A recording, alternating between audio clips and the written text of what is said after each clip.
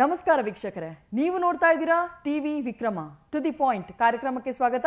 ನಾನು ಚೈತ್ರಾ ಸನಾತನಿ.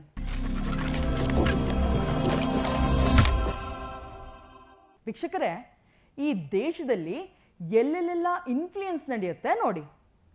ದೇವಸ್ಥಾನದಲ್ಲಿ ದೇವರ ದರ್ಶನಕ್ಕೂ ಇನ್ಫ್ಲೂಯೆನ್ಸ್, ಕಾಲೇಜ್ ಸೀಟಿಗೂ ಇನ್ಫ್ಲೂಯೆನ್ಸ್.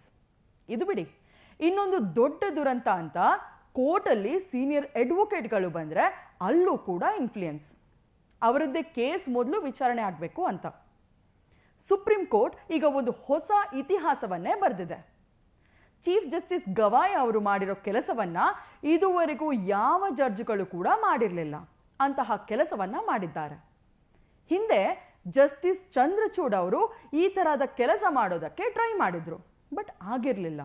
ಆದರೆ ಈಗ ಅದನ್ನು ಜಸ್ಟಿಸ್ ಗವಾಯ್ ಅವರು ಮಾಡಿ ಮುಗಿಸಿದ್ದಾರೆ. ಕಪಿಲ್ ಸಿಬಲ್, ಅಭಿಷೇಕ್ ಮನು ಸಿಂಘ್ವಿ, ಯಾರೆಲ್ಲ ಸೀನಿಯರ್ ಅಡ್ವೊಕೇಟ್ಗಳು, ಎಸ್ಪೆಷಲಿ ಕಳ್ಳರಿಗೆ ಜಾಮೀನು ಕೊಡೋ ಅಡ್ವೊಕೇಟ್ಗಳ ಅಂಗಡಿ ಈಗ ಬಂದಾಗಿದೆ. ಚೀಫ್ ಜಸ್ಟಿಸ್ ಗವಾಯ್ ಅವರು ಇರೋವರೆಗೂ ಈ ಅಂಗಡಿ ಓಪನ್ ಆಗೋದಿಲ್ಲ.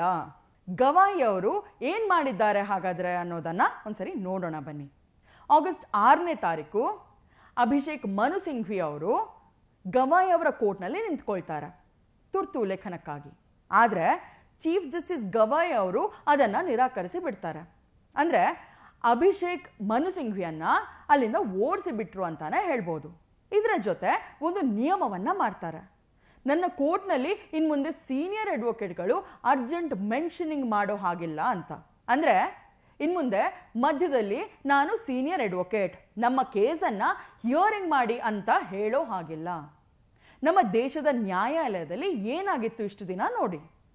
ಈ ಸೀನಿಯರ್ ಅಡ್ವೊಕೇಟ್ ಅನಿಸಿಕೊಂಡ ಕಪಿಲ್ ಸಿಬಲ್, ಅಭಿಷೇಕ್ ಮನು ಸಿಂಘ್ವಿ ಕಾಂಗ್ರೆಸ್ ಹಾಗೂ ದೊಡ್ಡ ದೊಡ್ಡ ಕೇಸ್ಗಳನ್ನು ತಗೊಳ್ತಾರೆ. ಯಾವುದೇ ಇಂಡಿ ಮೈತ್ರಿಕೂಟದ ರಾಜಕಾರಣಿಗಳು ಭ್ರಷ್ಟಾಚಾರದಲ್ಲಿ ತಗಲಾಕೊಂಡ್ರು ಇವರೇ ವಕೀಲರು. ಕೇಜ್ರಿವಾಲ್ನ ಮದ್ಯ ಹಗರಣದಲ್ಲಿ Manish Sisodia, Sanjay Singh case, Jharkhand CM case, Bhupesh Baghel ಅವರ ಕೇಸ್, ರಾಹುಲ್ ಗಾಂಧಿ ಅವರ ಕೇಸ್, ಅಷ್ಟೇ ಯಾಕೆ ನಮ್ಮ ರಾಜ್ಯದ DK ಶಿವಕುಮಾರ್ ಅವರ ಕೇಸನ್ನು ಕೂಡ ಇವರೇ ನಡೆಸ್ತಾರೆ. ಇದನ್ನು ಹೊರತುಪಡಿಸಿದ್ರೆ ರಾಮ ಮಂದಿರದ ವಿರುದ್ಧ, ಆರ್ಟಿಕಲ್ 370 ವಿರುದ್ಧ, ವಕ್ಫ್ ಹೊಸ ಬಿಲ್ ವಿರುದ್ಧ, ಯೋಗಿಜಿಯ ಕಾನೂನು ವಿರುದ್ಧ, ಹೀಗೆ ಎಲ್ಲದರಲ್ಲೂ ಇವರೇ ವಾದವನ್ನ ಮಾಡ್ತಾರೆ. ಇಷ್ಟು ದಿನ ಇವರು ಆಡಿದ್ದೇ ಆಟ ಆಗ್ಬಿಟ್ಟಿತ್ತು. ಕೋರ್ಟ್ ಹಾಲ್ ನಮ್ಮದೇ ಅನ್ನೋ ಹಾಗೆ ಅರ್ಜೆಂಟ್ ಕೇಸ್ ಅಂತ ಬಂದು ಬಿಡ್ತಾ ಇದ್ರು. ಸುಪ್ರೀಂ ಕೋರ್ಟ್ನ ನ್ಯಾಯಾಧೀಶರು ಇರೋ ಕೇಸನ್ನೆಲ್ಲ ಬಿಟ್ಟು ಇವರ ಕೇಸನ್ನು ನೋಡಬೇಕಾಗಿತ್ತು. ಈಗ ಅದಕ್ಕೆ ಸುಪ್ರೀಂ ಕೋರ್ಟ್ ಮುಖ್ಯ ನ್ಯಾಯಾಧೀಶರಾದ ಜಸ್ಟಿಸ್ ಗವಾಯ್ ಅವರು ಇನ್ನೂ ಹೀಗೆ ಅರ್ಜೆಂಟ್ ಕೇಸ್ ಅಂತ ನನ್ನ ಕೋರ್ಟ್ನಲ್ಲಿ ಸೀನಿಯರ್ ಅಡ್ವೊಕೇಟ್ಗಳು ಅಪಿಯರ್ ಆಗಬಾರ್ದು ಅಂತ ಹೇಳಿದ್ದಾರೆ. ಇದನ್ನು ಕೇಳಿ ಜೂನಿಯರ್ ವಕೀಲರಿಗೆ ಖುಷಿ ಆಗ್ಬಿಟ್ಟಿದೆ. ಎಲ್ಲ ದೊಡ್ಡ ಕೇಸ್ಗಳಲ್ಲೂ ಜೂನಿಯರ್ ವಕೀಲರೇ ಕಷ್ಟಪಟ್ಟು ರಿಪೋರ್ಟ್ ಫೈಲ್ ರೆಡಿ ಮಾಡೋದು. ಆದರೆ ಪಾಪ ಅದಕ್ಕೆ ಸರಿಯಾದ ಕ್ರೆಡಿಟ್ ಸಿಗ್ತಾ ಇರಲಿಲ್ಲ. ಎಲ್ಲವನ್ನು ಸೀನಿಯರ್ ವಕೀಲರೇ ತೆಗೆದುಕೊಳ್ತಾ ಇದ್ರು. ಒಬ್ಬೊಬ್ಬ ಸೀನಿಯರ್ ಲಾಯರ್ಗಳು 20 ರಿಂದ 25 ಕೋಟಿ ಫೀಸನ್ನು ತಗೊಳ್ತಾರೆ. ಅಂದರೆ ನೀವೇ ಲೆಕ್ಕ ಹಾಕಿ, ಇಷ್ಟೆಲ್ಲ ಹಣ ತಗೊಂಡು ಮಾಡೋದಾದ್ರೂ ಏನು? ಲಾಲು ಪ್ರಸಾದ್ ಯಾದವ್, ಕೇಜ್ರಿವಾಲ್ ಇವರೆಲ್ಲ ಹೊರಗೆ ಬಂದು ಆರಾಮಾಗಿ ಮೋಜಿನಲ್ಲಿರೋದಕ್ಕೆ ಕಾರಣವೇ ಇವರು. ಈಗ ಇವರ ಅಂಗಡಿ ಬಂದಾಗಿದೆ.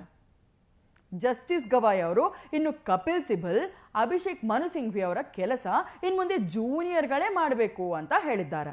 ಜಸ್ಟಿಸ್ ಗವಾಯ್ ಅವರು ಕಪಿಲ್ ಸಿಬಲ್, ಸಿಂಘ್ವಿ ಅವರಿಗೆ ಒಂಥರ ಲಕ್ಷ್ಮಣ ರೇಖೆಯನ್ನ ಎಳೆದು ಬಿಟ್ಟಿದ್ದಾರೆ.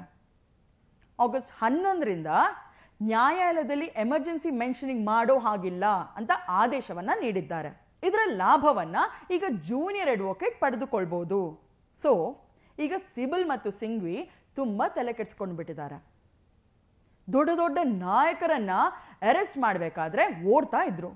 ಇತ್ತೀಚೆಗೆ ಪವನ್ ಖೇಡಾ ಅವರನ್ನ ಅರೆಸ್ಟ್ ಮಾಡಬೇಕಾದ್ರೆ ಸಿಂಘ್ವಿ ಓಡಿ ಬಂದು ಅರ್ಜೆಂಟಾಗಿ ಎಮರ್ಜೆನ್ಸಿ ಮೆನ್ಷನಿಂಗ್ ಅಂತ ಒಂದು ಜಾಮೀನು ಕೂಡ ಕೊಡಿಸಿದ್ರು. ಇಂಥ ಸುಮಾರು ಕೇಸ್ಗಳಿವೆ. ಈಗ ನಿಮಗೆ ಗೊತ್ತಿರುತ್ತೆ, ಹೈಕೋರ್ಟ್ ಹಾಗೂ ಸುಪ್ರೀಂ ಕೋರ್ಟ್ನಲ್ಲಿ ಕೇಸ್ಗಳು ಏನಕ್ಕೆ ಬೇಗ ಮುಗಿಯೋದೇ ಇಲ್ಲ ಅಂತ. ಹೀಗೆ ಹಿಯರಿಂಗ್ ನಡೆಯಬೇಕಾದ್ರೆ ಇವರು ಮಧ್ಯೆ ಹೋಗಿ ನಿಲ್ತಾರೆ. ಇವರ ಕೇಸ್ನ ಹಿಯರಿಂಗ್ ಶುರುವಾಗುತ್ತೆ. ಮೊದಲು ನಡೀತಿದ್ದ ಕೇಸ್ ಹಿಯರಿಂಗ್ ಪೋಸ್ಟ್ಪೋನ್ ಆಗುತ್ತೆ. ಹೀಗಾದ್ರೆ ಕೇಸ್ಗಳು ಮುಗಿಯೋದಾದ್ರೂ ಯಾವಾಗ?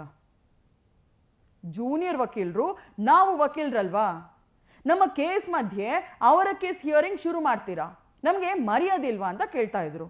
ಇದೆಲ್ಲ ನೋಡಿ ಚೀಫ್ ಜಸ್ಟಿಸ್ ಗವಾಯಿ ಅವರು ಈ ಆದೇಶವನ್ನು ಕೊಟ್ಟಿದ್ದಾರೆ. ಕನಿಷ್ಠ ಪಕ್ಷ CGI ಗವಾಯಿ ಇರೋವರೆಗಾದರೂ ಈ ಆಟ ನಿಲ್ಲುತ್ತಾ ಅಂತ ನೋಡಬೇಕು. ನೀವೇನು ಹೇಳ್ತೀರಾ? ನಮಸ್ಕಾರ. ಟಿವಿ ವಿಕ್ರಮ, ದೇಶ ನಿಮ್ಮ ಕೈಯಲ್ಲಿ.